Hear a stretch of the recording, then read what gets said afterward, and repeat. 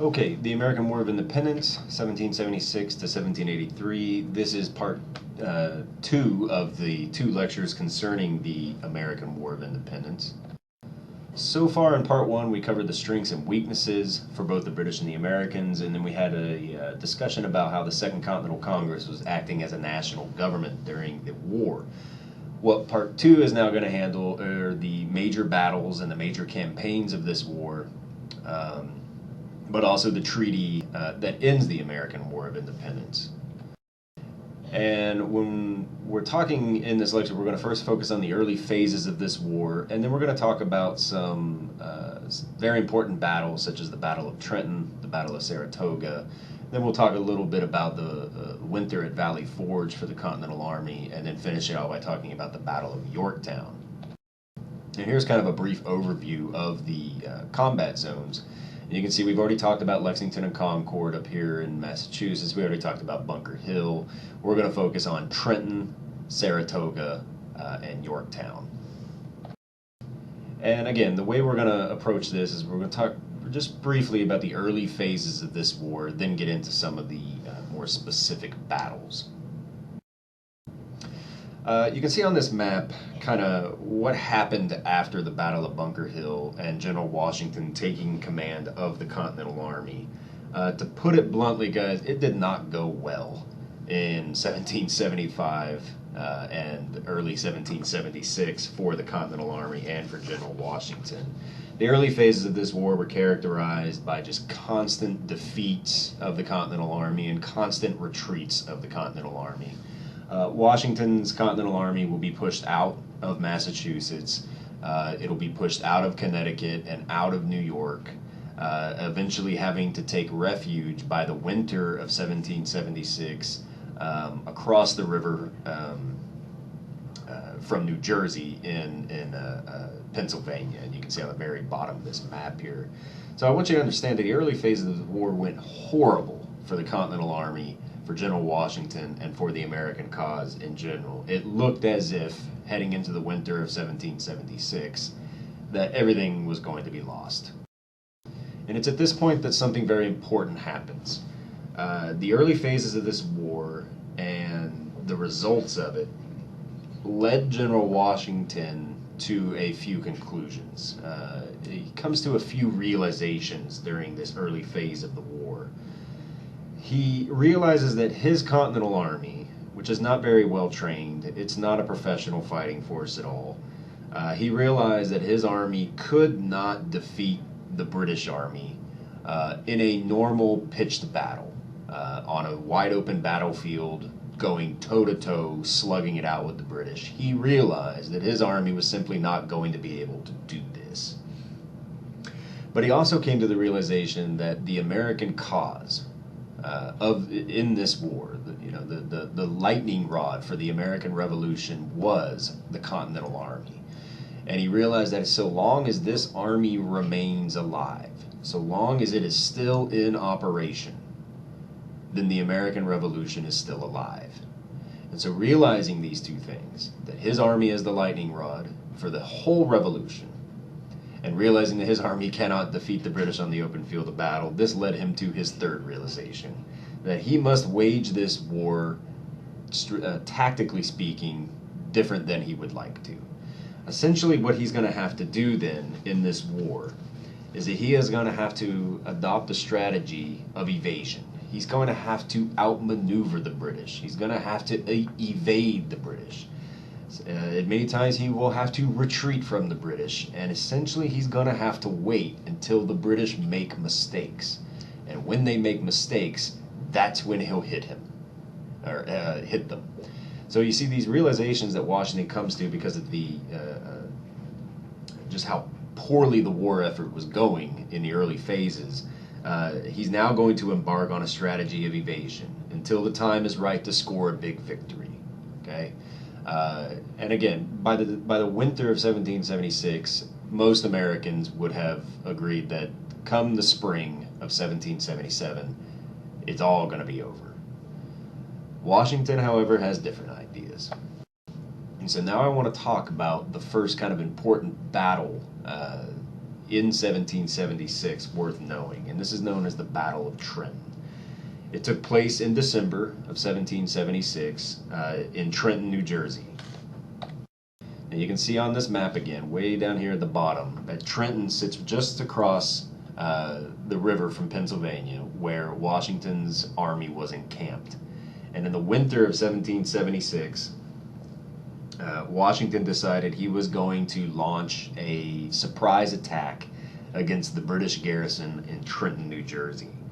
Now, the garrison for the British in Trenton were not actually British regulars. They were those mercenaries hired by the British to fight in this war. So Trenton was occupied by the Hessians.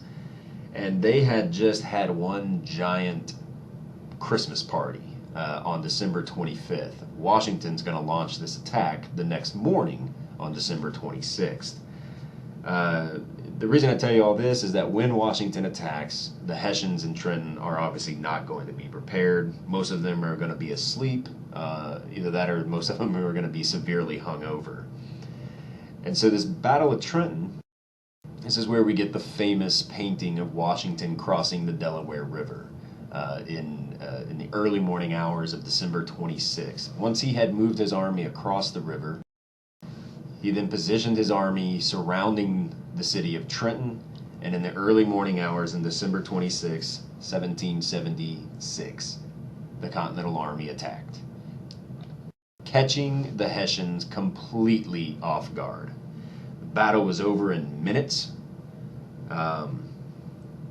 and as a result of this battle, Washington's Continental Army is going to wipe out the Hessian garrison occupying Trenton, New Jersey.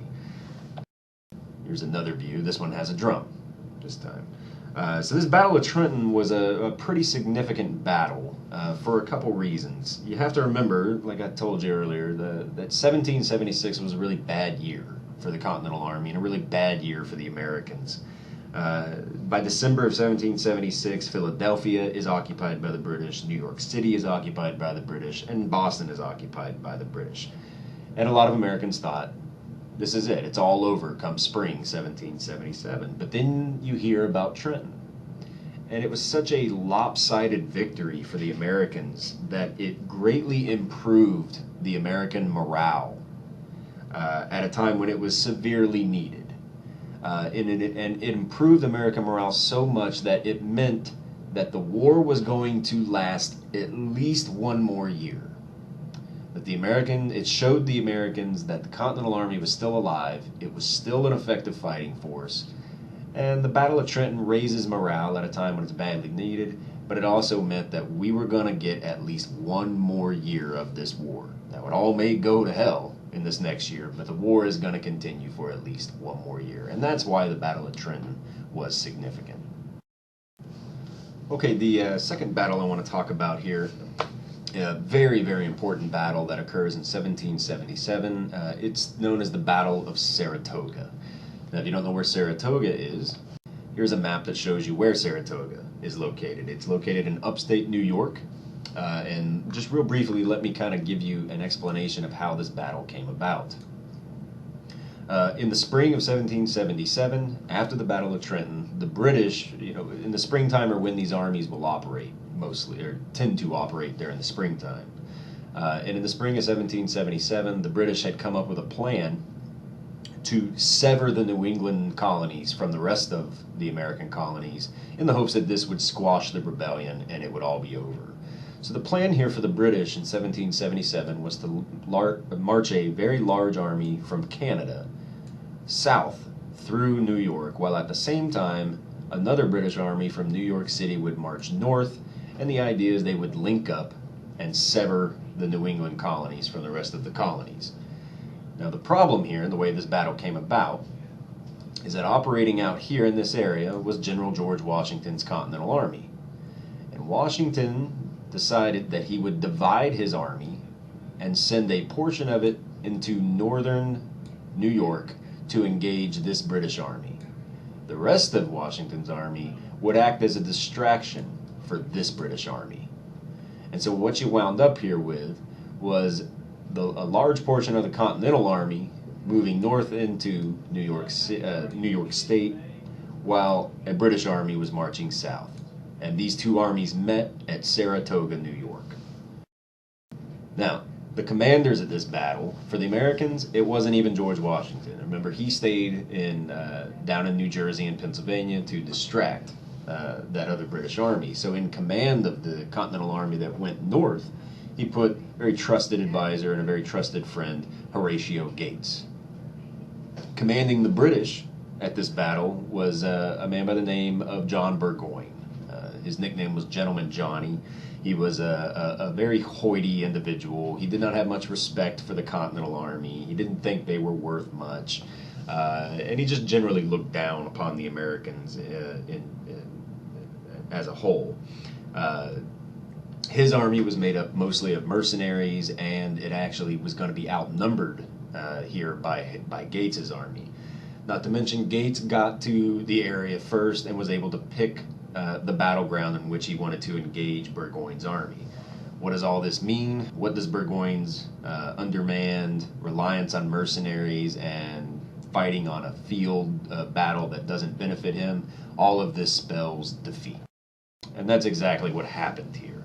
Here's a picture of the Hessian mercenaries for the British running for their lives. I don't know how people could have fought in those hats, but apparently they did. Gates's army was able to rout Burgoyne's army, and the Battle of Saratoga wound up being an enormous victory for the Americans. Here's a depiction of Burgoyne surrendering his army to Horatio Gates following the battle. So this was known as the Battle of Saratoga. Now here's why this battle was so significant. You remember we talked about earlier how it was a goal of the Americans since the beginning of the Revolution to get the French on their side. But we had talked how the French were a little hesitant to do this. They didn't think the Americans stood a chance to win. They needed proof that the Americans could hold their own. Well, that's what Saratoga gave them. That's why this battle was so significant. This American victory, and it was a big one, this victory at the Battle of Saratoga, this is what convinced the French to join our side. After this battle, the United States and France formed an alliance against the British. So this battle was significant because it led to the alliance between the United States and the French. So now we have the French on board. I want to mention something a little bit about this alliance because this makes the battle even more important. Guys, this alliance with the French, more than anything else in this conflict, allowed the United States to continue fighting this war and eventually win it.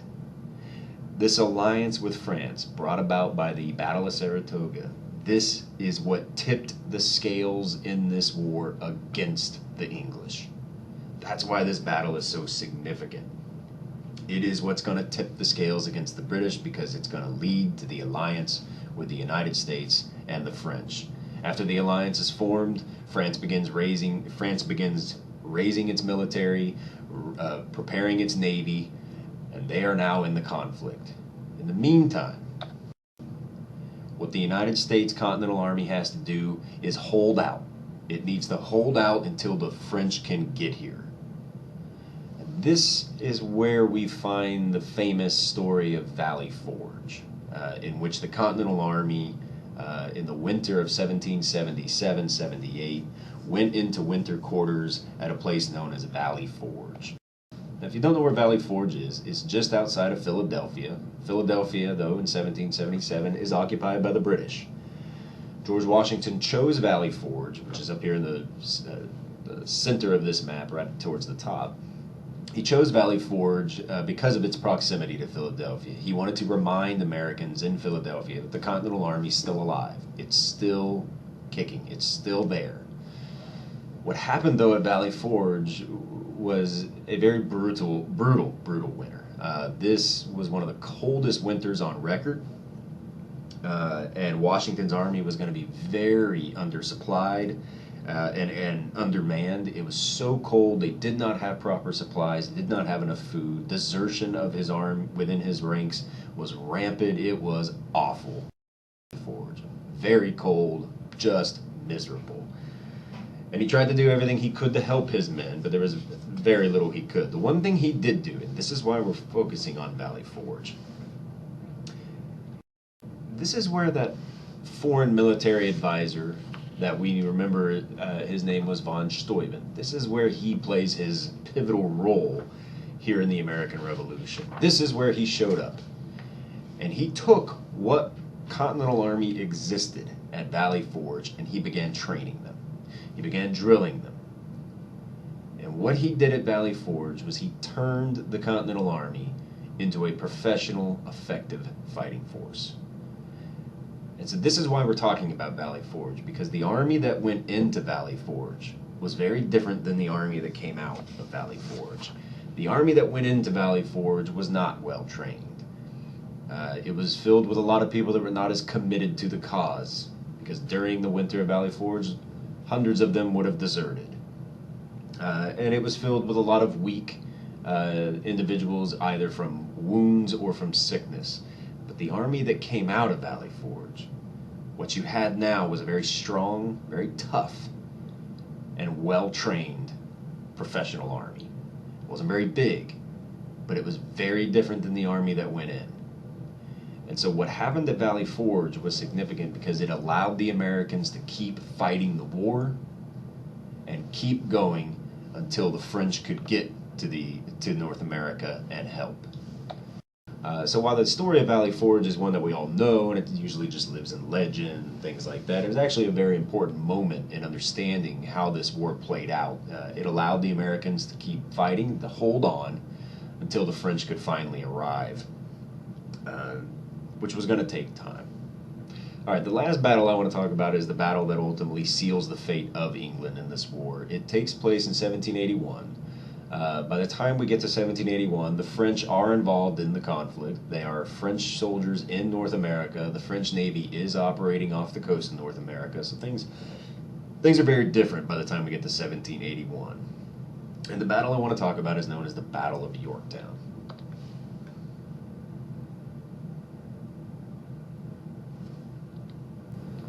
Okay, let me explain how this battle is going to come about. In 1781, the British come up with a plan to essentially trap Washington's Continental Army and destroy it in the hopes that this would be enough to end the rebellion. Their plan was to land a very large British army in the southern colonies. The British believed that the southern colonies were filled with a group of colonists known as loyalists, people that were still loyal to the crown, and there were lots of them in the colonies, but it turns out there just weren't a whole lot of them in the south.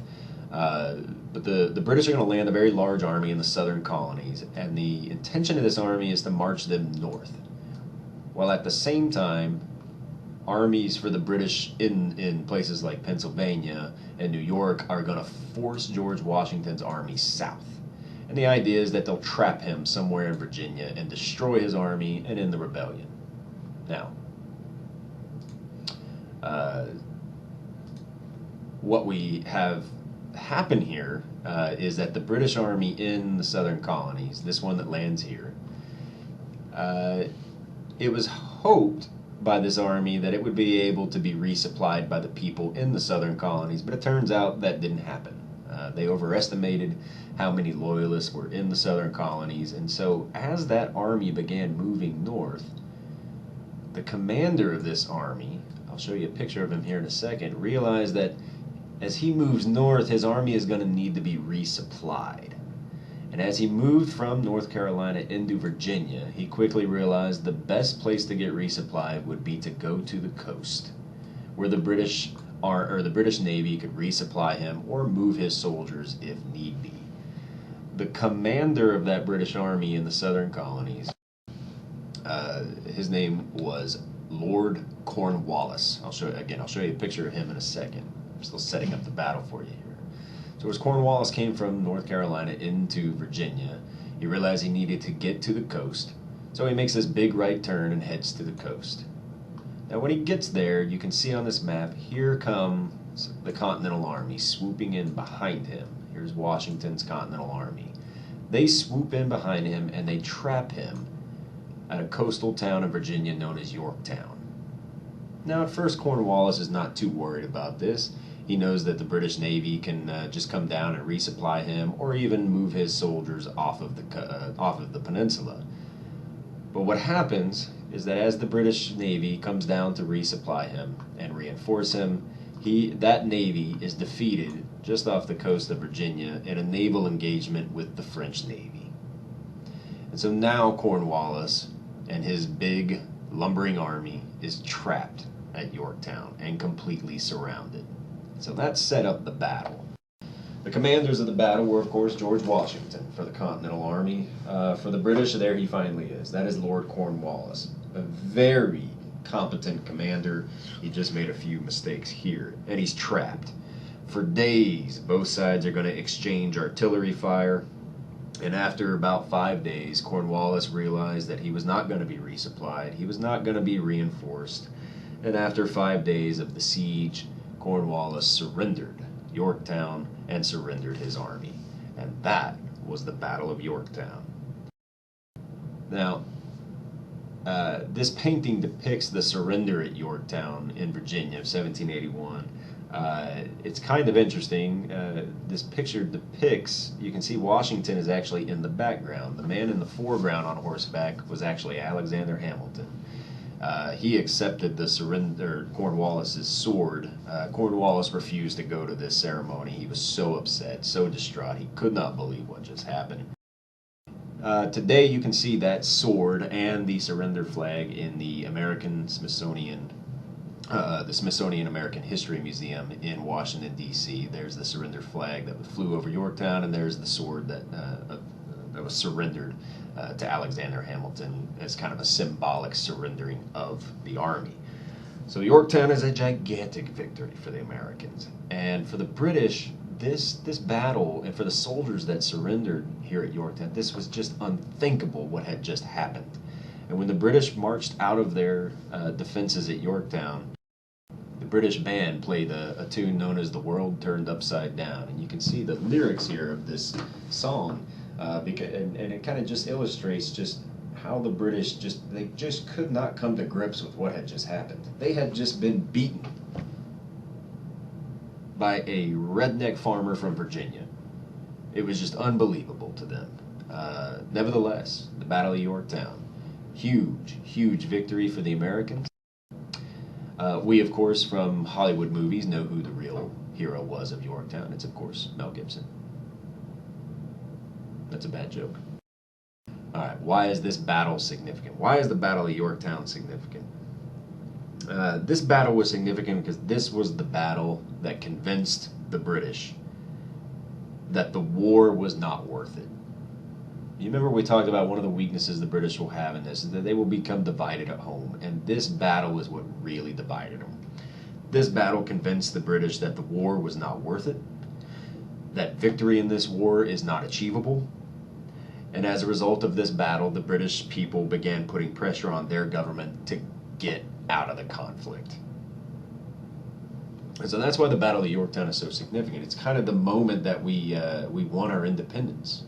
The war will continue a couple more years, but you will not see any more heavy military operations in North America. The British are going to focus more on the French now, and pressure back home is building on the British Parliament to end this conflict with the Americans and get out of the war. And that was why the Battle of Yorktown was so significant.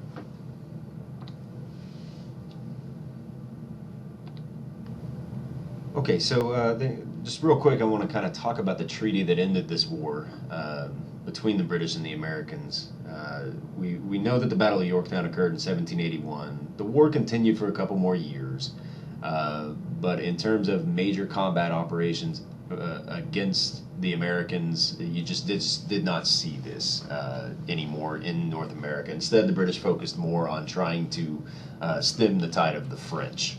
By 1783, all sides involved are ready to get the heck out of this thing. And so in 1783, we got a treaty that ended the American War of Independence. It's known as the Treaty of Paris. Negotiated in Paris, France, the Second Continental Congress sent as representatives of the United States to these peace talks these three gentlemen here. The guy on the guy reading the book there, that is Ben Franklin. The guy in the middle, his name is John Jay. And the guy there on the end, that's John Adams. This was our diplomatic team in Paris, France, when we negotiated the treaty that ends this war. These guys are going to pull every diplomatic trick in the book to ensure that the United States gets the best possible terms within this Treaty of Paris, 1763. So what were the terms of this treaty? There were lots of things in this, but here are some of the more important ones. First and foremost, the British agreed to recognize our independence. You had to have this, otherwise there was no point in negotiating anything else. So as part of this treaty, the British agreed to recognize the independence of the United States. We also agreed in this treaty to the boundaries of the United States. What was this new nation going to look like? What were our boundaries? Because remember, the British still have possessions in North America. So what were the boundaries now? Well, to the north, it was going to be the Great Lakes. To the west, it would be the Mississippi River. And then in the south would be what we know today as Florida, but at the time was a possession of Spain. So we agreed to the boundaries here. A few other agreements made here in this Treaty of Paris. The British agreed to leave U.S. soil immediately. That means that they will move all their armies out of the major cities. They will evacuate every fort within our new nation. We agreed to pay any debts that we owed to the British. We validated our debt. Now this is kind of strange because normally when you win a war, you don't pay the debts you owed before the war to the enemy that lost. But in this case, we agreed to do it. The reason why, we just didn't want this to be a sticking point. And the last kind of term of the Treaty of Paris worth knowing is that Congress, the Continental Congress, agreed as part of this treaty to urge the states to restore the rights and property of the loyalists in the colonies. They were also known as the Tories. Remember, the loyalists are people that they were colonists that had remained loyal to the crown during the American War of Independence. England believed these people deserved to be taken care of. They wanted Congress to restore their land. They wanted Congress to release them from prison. Many loyalists had fled the nation during the war and were actually living in Canada. And if you did that, you lost everything back home. So that's why the British want the Continental Congress to restore the rights. Now, notice the wording here. Congress doesn't have to do this. Congress is just promising that they'll urge the states to do it. So these are kind of the major terms of the Treaty of Paris, 1763. This treaty was significant because it is where we officially gained our independence by getting our recognition from the British, from our mother country. But the other reason it was significant, and this kind of sets things coming up later on in the course, is that on those last 3 points, the British agreeing to leave U.S. soil immediately, and American debts to the British being validated, and Congress urging the states to restore the rights of the loyalists, on those last 3 points, there was going to be significant violation of these terms by both sides, by the British and the Americans. And this is important because this is almost going to get us into a war in the very near future, and later on in 1812, it is going to get us into a war. So there's the Treaty of Paris. This is where we gain our independence officially, and violations of this treaty are going to almost get us into a war, and eventually will get us into a war later on in 1812. Okay, so we'll stop here. I have a third smaller lecture just a little bit lower on the screen, on the blackboard screen, about the significance of the American Revolution, in which we want to talk about what changed, what didn't, and how should you think of the American Revolution. So go ahead and move on to that last kind of third lecture dealing with the significance of the Revolution.